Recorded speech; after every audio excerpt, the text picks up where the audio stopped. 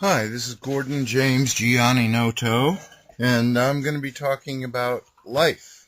Life on Earth, life in the universe, life on dimensions, and it's going to be very, very interesting.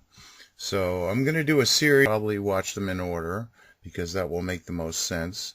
And right now I'm going to start with the very beginning. So imagine that there's no universe, and imagine that you are the creator. And you're sitting there thinking, well, I already know everything. I already could do anything. How do I take my own self to my own next step? Well, what if you got this idea that you could create a universe and divide your body up into trillions and trillions of parts and set them all free? Now, each part would go out into this universe and experience everything there is to experience until finally each single part was as evolved and as advanced and as capable as you are now. And then you get all the parts back together again, and now you have taken your own self to your own next step. So that's the best way that I can put what's going on in the universe. The universe was created by the Creator to forget that the Creator was the Creator, to divide itself into billions and billions and trillions of parts, and give a field in which every single thing that could possibly be experienced would be experienced.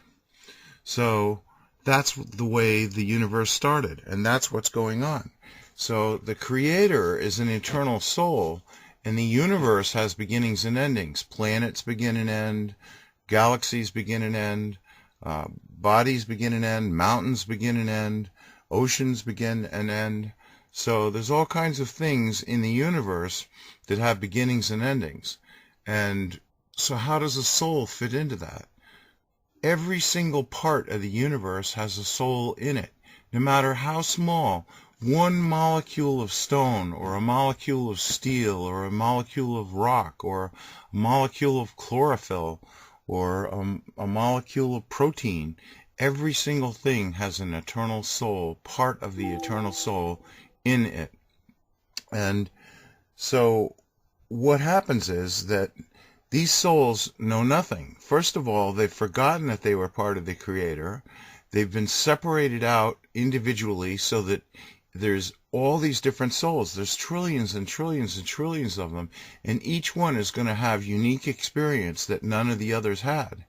So as they go out into the universe, they're going to be able to have a unique contribution of things they've learned. And when they form back into the Creator will be more than it was when it started. So the way you have to look at life is that every single thing around you has a soul in it. And this is very much a Native American view of life, that if you're going to harvest a tree, you thank the tree. If you're hungry, you ask the animals which one would volunteer to be your next meal and to help the tribe survive. So, and then they thank the animal, they thank the tree, they thank everything, the water, the fish. So it's a recognition of this. But the rest of society doesn't seem to have that concept. But that's a good concept for you to have, because it's going to be very helpful as I go through this discussion. You're going to find all kinds of things that this applies to. So an eternal soul never dies. So somewhere in every single piece of anything, whether it's big or small, there's a soul. And with something like a mountain range, let's say, there may be a whole group of souls that at the beginning, because, the universe is 16 billion years old and Earth is only 4 billion years old. So a lot was going on way before Earth was even thought of.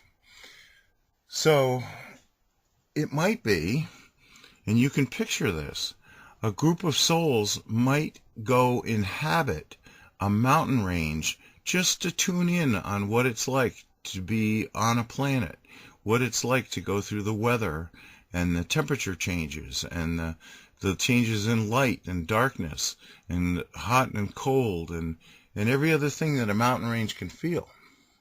So at some point, each soul would go, wow, now I've really tuned in. Now maybe I'm ready to take over, not be a group soul in a big thing like a mountain range or like the ocean, but to become an individual something. And so the way you should really look at life on Earth as a series of kingdoms. You've got the mineral kingdom, you've got the plant kingdom, you've got the animal kingdom, and the human kingdom. So what are the differences between this? Well, one way of looking at it is that in the mineral kingdom, the only consciousness that a mineral has is existence. It just knows that it exists. It doesn't really have much more than that. And as minerals evolve, they get a greater and greater awareness, and they can start to feel. In other words, when you're sitting there just existing, and that's all you know, things are happening. You wouldn't think anything's happening, but things are happening. And as a soul that's in a mineral grows, it's able to substitute itself from where it is to where it might want to be. So minerals have a spectrum where they go from, let's say, just a plain inert mineral that just exists, or a piece of rock, all the way up to something that's really advanced that can start feeling. And how would you know if a mineral's feeling? Well, look at, for instance, the radioactive elements. They actually send energy out into the environment, and the energy in the environment can affect them back. So you could say that a radioactive mineral is more advanced than a regular mineral. And for instance, when minerals form crystals, crystals are more advanced because they can store up energy and discharge it. And so they're interacting with the environment. So here you go from just sitting there thinking, well, I'm here all by myself, I'm existing, yep, I feel that I'm here, and not very much more than that, to all of a sudden realizing, wow, there's other things out there. So I'm not here by myself. And then you start to realize, in this process of realization, you start to realize, well, I can interact with the other things that are around me. And now we're all floating around, but wait, there's a place where I belong, and that's where I am. And then you can sort of have the next realization is, well, I don't just exist, and I don't just recognize there's others like me or not like me. And I'm not just floating around, and I don't just have a base, but I can actually do something creative. I can start to combine with something else to make something else. So the thing that you have to realize about all these souls, even when they're just in a rock or a molecule of metal or something, every single soul is part of the Creator. And every single thing you see around you, no matter how big or small it is part connected to the Creator. Well, guess what? You came from the Creator. So really, you all came from the same place. You're all going back to the same place. And anything that happens to you affects everything else. So that's one reason why you might take that the golden rule, do unto others as you would have them do unto you. Instead of going around and just treating everything around you as something that needs to be subdued and controlled, you might recognize that deep in there somewhere, maybe not as conscious as you are, but still conscious, is a part of the Creator, a soul. And all souls like to be appreciated. So I know you might find this hard to believe, but even though your car is made of plastic and metal and it's got all these working parts and it does all these things, actually, if you would go outside and put your hand on your car and say, you know, you're doing a really wonderful job. I just love how you were able to take me and my family around.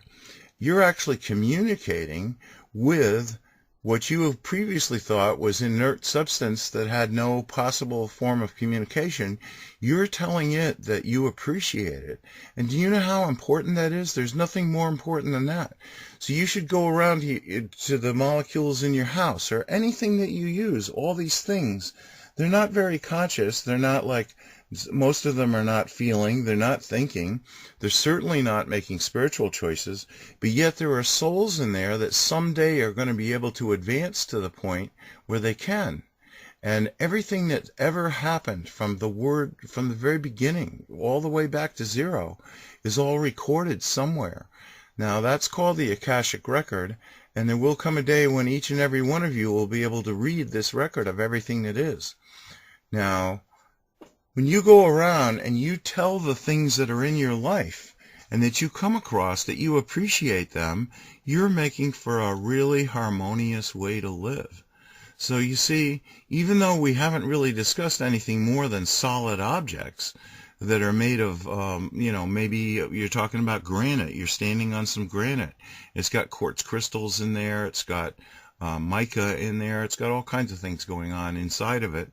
But each thing, each molecule, each atom knows where it is. It knows what it's doing because, and this will be the very amazing thing for you to learn, it chose.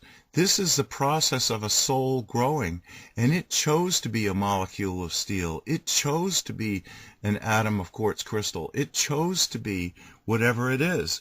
And when you come along and you thank it, you're appreciating it. It's like you're helping it grow. So, for instance, one atom may be part of a mountain, and it may be an atom of silicon, and it knows there's going to be weathering, and it's hoping, maybe if it's on the surface, it's saying, well, someday I'm going to be eroded by the weather. I'm going to wash down the mountain. I'm going to go down a river, and I'm going to go into the ocean, and a fish is going to pick me up and swallow me. And that's going to form part of a body of an animal, which, the stone knows nothing about, but is going to take it and travel around the world. So even though you think that it's just sitting there, actually all these molecules, all these atoms have eternal souls in them. They know what they're doing, and they can have wishes and dreams too. And they can say, well, now it's time for me to move on. And maybe they eroded, there was some water and some freezing and drying, and all of a sudden it's a particle of dust. And the wind comes along and picks it up and moves it to the other side of Earth, where it falls down and it becomes part of a piece of clay that becomes a bowl that's in somebody's house. So here was something that was on a mountain, let's say in the United States or wherever you are, and all of a sudden now it's a bowl on the other side of the planet, and it's helping people to eat and get nutrients. It's being appreciated for its looks, and it's, this is a progression. This is a way that something advances from one level to another. And the thing is, and I'll get into that more with the higher kingdoms, but you can be telepathic with it. You can tune in to the rocks. You can tune in and communicate with it. You can send it messages.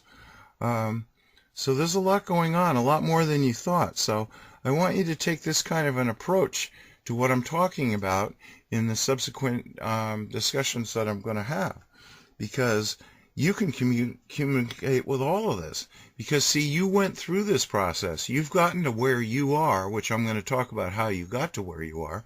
But you got to where you are by starting that way. So, believe it or not, your soul wasn't that capable. It was probably just occupying a molecule of steel or a molecule of any substance on Earth, glass, you name it.